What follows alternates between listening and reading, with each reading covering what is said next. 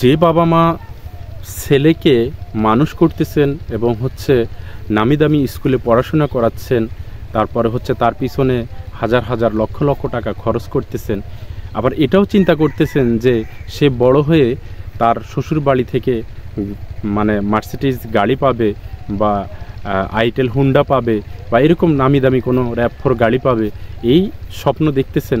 আমার কাছে কোরআন হাদিস অনুযায়ী আপনি এটা ভুল করতেছেন যে মেয়ের বাবার বাড়ি থেকেও আপনি যে পরিমাণ খরচ করতেছেন সেই পরিমাণ অর্থ বা ছেলের একটা সম্মানী, ছেলের একটা যে গুণ, ছেলের যে একটা পড়াশোনার মান, সে অনুযায়ী মেয়ের বাবার কাছ থেকেও আপনার একটা চাহিদা থাকবে।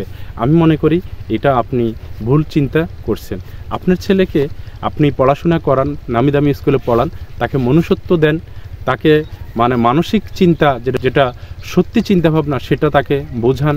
আসলে একজন ছেলে কোনো মেয়েকে বিয়ে করলে অবশ্যই তাকে মোহর দিয়ে তাকে বিয়ে করে আনতে হবে। আবার অন্যদিকে দেখা যাচ্ছে অনেকেই কন্যা সন্তানকে মানুষ করতেছেন, আবার টাকা জমা করতেছেন ছেলেকে যৌতুক দেওয়ার জন্য। মেয়ের বিয়েতে হবু জামাইকে 10 লক্ষ টাকা বা 5 লক্ষ টাকা বা পালসার গাড়ি বা আইটেল হুন্ডা বা অনেক ধরনের গিফট সামগ্রী দেওয়ার জন্য এগুলোও পাশাপাশি রেডি করতেছেন, কারণ মেয়েটা যেন সুখে থাকে। আসলে আপনিও এটা আমার কাছে মনে হচ্ছে কোরআন হাদিস অনুযায়ী আপনি ভুল করতেছেন।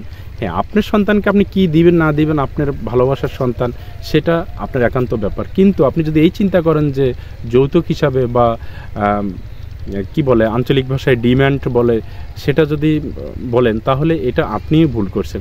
আমাদের উচিত তাদেরকে নৈতিক শিক্ষা দেওয়া, তাদেরকে ইসলামিক শিক্ষা দেওয়া, যাতে করে ইসলামের যে নিয়মে একজন মেয়েকে কোনো ছেলে যদি বিয়ে করে তাকে অবশ্যই মোহর দিয়ে তার সম্পূর্ণ পাওনা বুঝিয়ে দিয়ে, বা এর মধ্যে হাদিসে অনেক কিছু বলা আছে যেন ইসলামিক শরিয়া অনুযায়ী তাদের বিয়েটা হয়, তাহলে এই বিয়েটা হবে একদম 100% হালাল।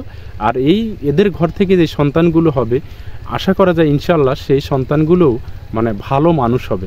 আমি বলছি না তারা কাবা শরীফের ইমাম হবে বা মক্কা মদিনার ইমাম হবে, এটা বলছি না, যে তারা ভালো মনুষ্যত্ব বোধ নিয়ে জন্মাবে। আর এছাড়া সমাজে যেসব যে যৌতুক, তারপর বিয়েতে গান বাদ্য বাজনা ঢোল ডাক্কর অনেক কিছু, যে কাজগুলো শিরক এবং বিদআত মিশ্রিত কাজগুলো করে বিয়ে অনেক শাইখদের হিসাবে এইসব বিয়েগুলো আজও সঠিক হচ্ছে না।